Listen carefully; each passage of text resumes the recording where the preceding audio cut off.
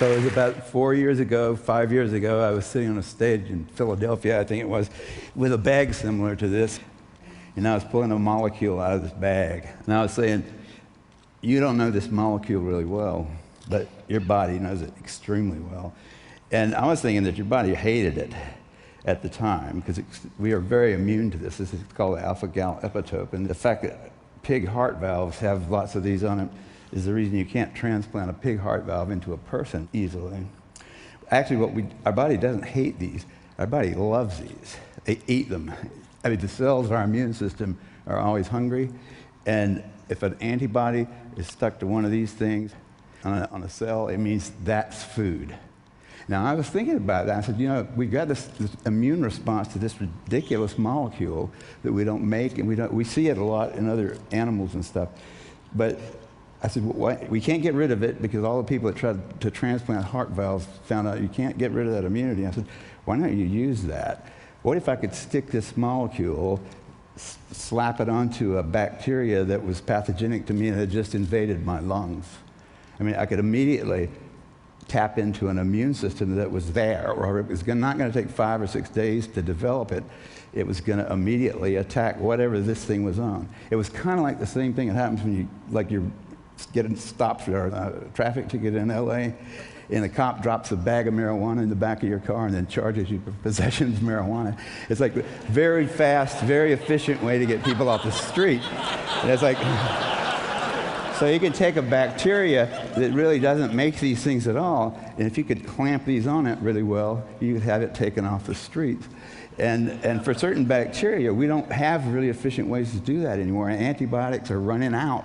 And I mean, the world apparently is running out too, so probably it doesn't matter whether in 50 years from now, streptococcus and stuff like that will be rampant because we won't be here.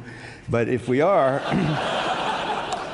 we're going to need something to do with the bacteria. So I've started working with this thing with a bunch of collaborators and trying to attach this to things that would themselves attach to certain specific targets on bacteria that we don't like. And I feel now like George Bush. He said, mission accomplished. So I might be doing something dumb, just like he was doing at the time. But basically what I was talking about there, we've now got it to work.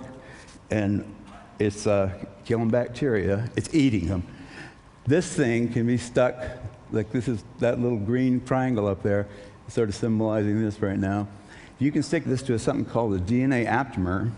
And that DNA aptamer will attach specifically to a target that you have selected for it. So you can find a little feature on a bacterium that you don't like Staph aureus. I don't like it in particular because it killed a professor friend of mine last year. It doesn't respond to antibiotics, so I don't like it. And I'm making an aptamer that will have this attached to it that will know how to find staph when it's in your body and will alert your immune system to go after it. Here's what happened. See that line on the very top with the little dots?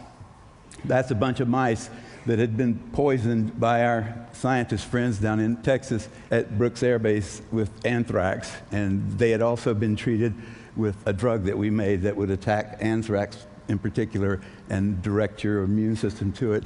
You notice they all lived. The ones on the top line, that's 100% survival rate. And they actually lived another 14 days or 28 when we finally killed them and took them apart and figured out what went wrong, why did they not die? And they didn't die because they didn't have anthrax anymore. So we did it, okay? Mission accomplished.